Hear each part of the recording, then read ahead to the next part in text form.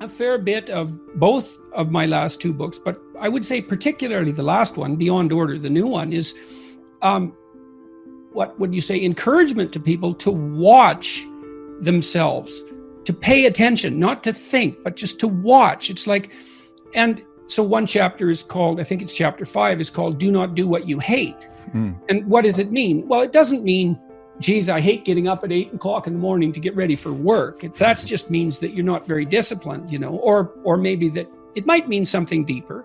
But I'd start with lack of discipline before, rearranging your whole life. Because you might say, well, I hate getting up at 8 o'clock in the morning no matter what I'm doing, and then it's not your job. I don't mean don't do difficult things. I mean, watch yourself, and if you see that you're doing things that make you hate yourself, then consider the cost of continuing. Just notice, because you're reporting to yourself, just like you just said. In some sense, that wasn't a voluntary decision. You noticed that you couldn't breathe unless you discussed this issue. It's like, well, why is that? You don't know. You can't control it even. I mean, you can not do it and pay the consequences, but you can't say to yourself easily, well, that's stupid. I should be able to breathe. Just because I haven't said this thing, that shouldn't stop me from breathing. But there it is. And the wise people that I've read, often associated with the establishment of the Christian church, actually, this seems to be something that was a continual topic of discussion, noted continually that we do things that we can't control, and we're subject to forces that we can't control, and those are forces that are associated with our own destiny, I suppose, certainly our own conscience. You just have to watch. You find out who you are. I'm the person who has to say this. Why? I don't know exactly. But I know that if I don't do it, there's going to be a price. I had 3 clients, all whose political beliefs, by the way, ranged across a wide spectrum, all of who'd been bullied to the point of breakdown in their workplace. And they kept being asked to do things that violated their conscience. And, partly they didn't exactly know how to, you should stand up, but it's not that easy. And it's not that easy to figure out when you should do it. But you should do it when, if you're going along with something that violates your conscience, then you lessen yourself. You're starting to pay a big price then. And so at some point you have to think, and this is something I walk through with my clients all the time when they were trying to make a decision. Everyone looks at the costs of making a decision, but almost no one looks at the costs of not making the decision. And the reason for that is you're sitting there right now and the sky isn't falling on you.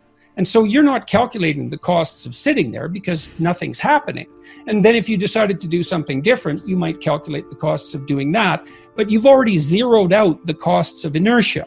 But they aren't zero. There's no zero cost. There's risk here and there's risk here.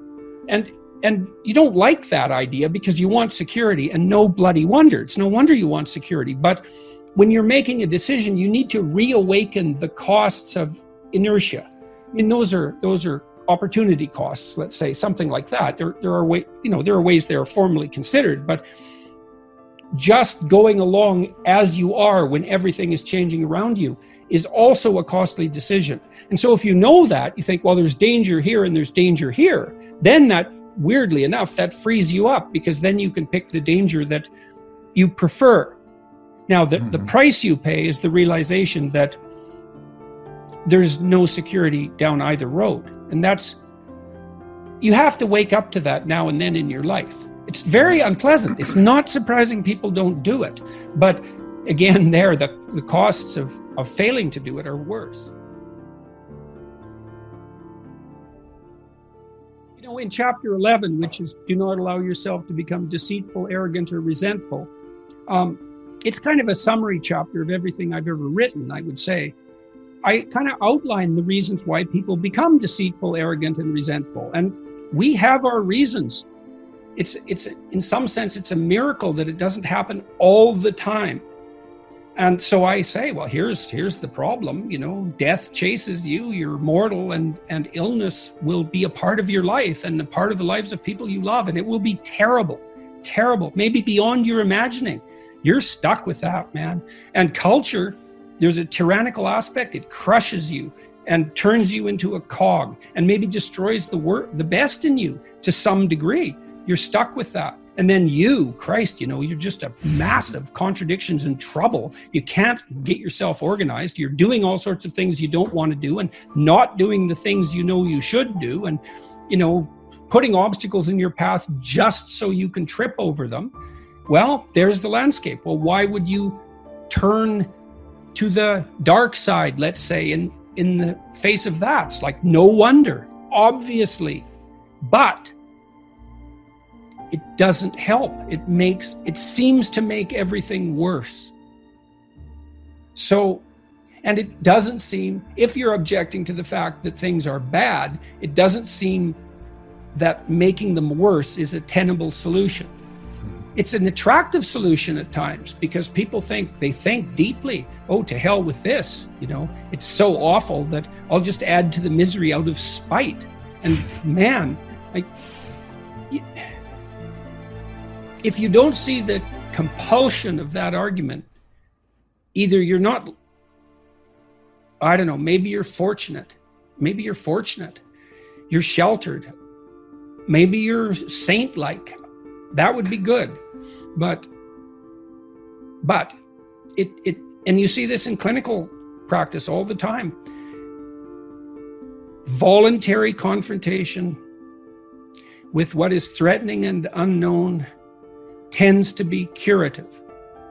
And not always. Like there are mistakes people make. So for example, you often see these trauma teams rush in to talk to people just after, say, a mass shooting or some kind of terrorist attack. And it does not help people to have them review the trauma that they're currently experiencing. Not unless it's problem solving oriented. It can just make it worse. But if it's an old memory, well, then voluntary recall and explicit reformulation seems to be useful. Or at least it's better than anything else we know. His proposition was that every ideal is a judge. And that makes perfect sense because an ideal is something to which you aspire. And the gap between you and that ideal, if it's your ideal, is felt as judgment. And so that's one of the reasons people are very afraid to have an ideal, to make it. That's why I wrote, do not hide things in the fog. It's like, well, you should lay out an ideal. You should pursue an ideal. Why wouldn't you? Well, when you make your ideal explicit, it turns into your judge. Well, then you can listen to that judge and move forward and transform. But, it's pretty damn harsh. Because especially to begin with, you posit an ideal, especially if you're in a mess. God, every bit of you is being judged as unworthy.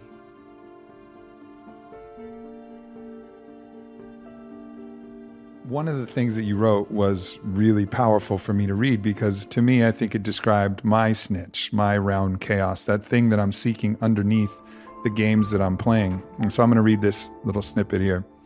Who could you be? You could be all that a man or woman might be. You could be the newest avatar in your own unique manner of the great ancestral heroes of the past. What is the upper limit to that? We do not know.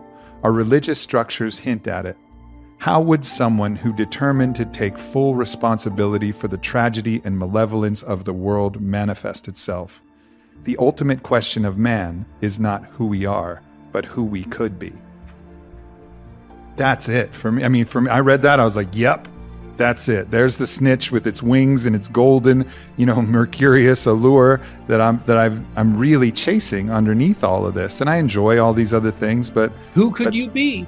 Exactly. You see that in children. I watched little children play, and what they're doing, they're attempting to grow forward, but they toy with identities. My little granddaughter, I wrote about her in this book too. It's so funny watching her. She had Pocahontas, the Disney movie, and she had a Pocahontas doll, and she watched that movie a number of times.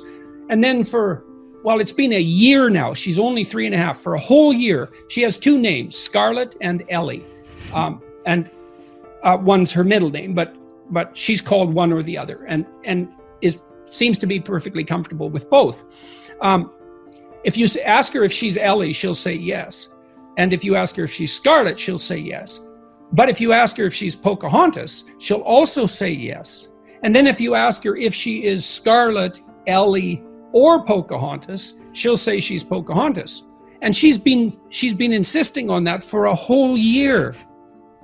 And so she's playing out this role. I don't know how much of her imagination is devoted to it, but enough for this like that's, if you're, how old are you? 40 something? Just turned 40. Yeah, okay. So, imagine that you had a fictional identity for 15 years. That's approximately the same relative length of time.